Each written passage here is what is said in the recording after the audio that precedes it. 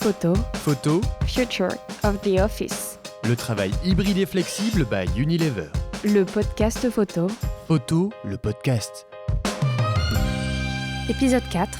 L'art de bien prendre ses marques au travail. Bonjour, moi je m'appelle Isabelle Holman, je suis chez Unilever, assistante de direction et j'ai intégré la société en 1993. Moi, c'est Sylvain Arnaud, je suis chez Unilever depuis 1994 et je suis responsable du service Product Data Operation qui fait partie d'UniOps. Bonjour, moi je suis Léa Cohen, je suis arrivée chez Unilever en juillet 2020. En septembre 2021, on était toujours en full télétravail. Donc c'est vrai que pour l'intégration, c'était assez compliqué au départ. Le projet photo a commencé, ce qui nous a permis de quand même rencontrer les équipes, de se voir en vrai. Je pense qu'Unilever a bien pris en compte en fait les points positifs qu'il y avait quand même dans cette période Covid, que le travail a continué et même très bien, voire un petit peu plus.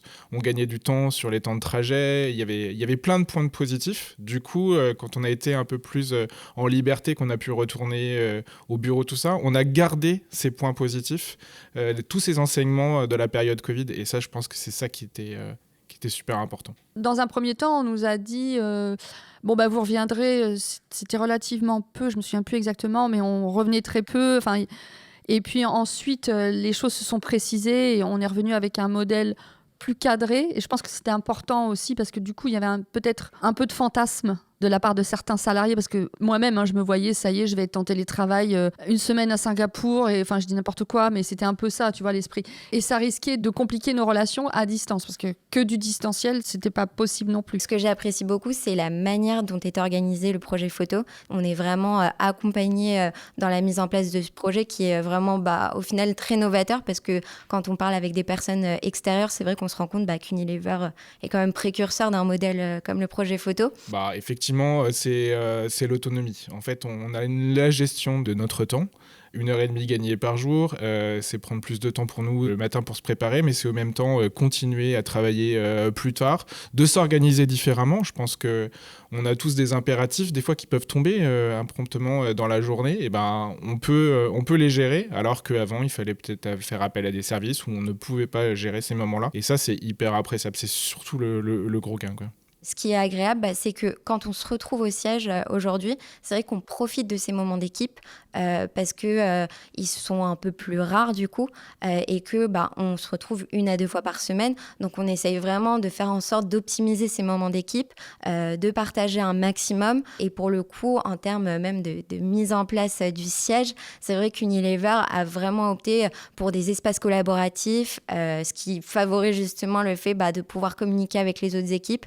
Et en tout cas, c'est très agréable. Donc, moi, je pense que le premier point, c'est surtout cette flexibilité qu'offre le projet, qui est vraiment précurseur. Et le deuxième point, c'est justement de favoriser les échanges entre équipes que permet le projet photo. Personnellement, je pense que j'ai gagné en agilité et en concentration. On est beaucoup plus efficace parce qu'effectivement, quand on est à la maison, on est concentré, on n'est pas perturbé. On peut prendre la décision, en fait, s'il y a un travail important et qui demande beaucoup de concentration, de se couper pendant une demi-heure, 3/4 d'heure, 1 heure pour le faire.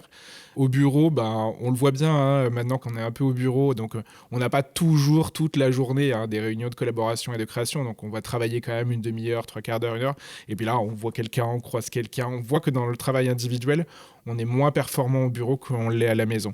Donc j'ai envie de dire, d'une façon générale, on est beaucoup plus performant à la maison pour le travail individuel et au bureau, en fait, pour tout ce qui est collaboratif. Au début, c'était compliqué, je l'avoue. Le fait de revenir au siège, d'avoir quand même une possibilité d'avoir 1 ou 2 jours par semaine au siège, me fait prendre conscience et m'apprend à comprendre qu'à un horaire correct, il faut couper. Siège ou télétravail, c'est la même chose et les horaires sont les mêmes. Je me suis fait un cadre, dans le sens où mon calendrier est très structuré et je mets des moments de break que j'essaye de respecter. Fin de journée, je me mets un rappel que je vais aller, je vais sortir, je vais aller à la piscine, je sors, je prends l'air. Moi, j'aurais du mal à revenir en arrière. Moi, j'avais pris la décision de m'éloigner un peu de Paris. Je suis à une 30aine de kilomètres avant. Ça, c'est un bénéfice parce que je dis sur le temps de trajet, mais c'est moins de CO2 et c'est moins d'impact pour la planète quand je viens pas au travail, quoi, parce que je viens 1 à 2 fois par semaine. Pour moi, c'est positif, oui. C'est la façon de travailler aujourd'hui. On est tous connectés. J'ai tout dans mon téléphone, donc ce qui veut dire que je peux travailler à tout moment à distance.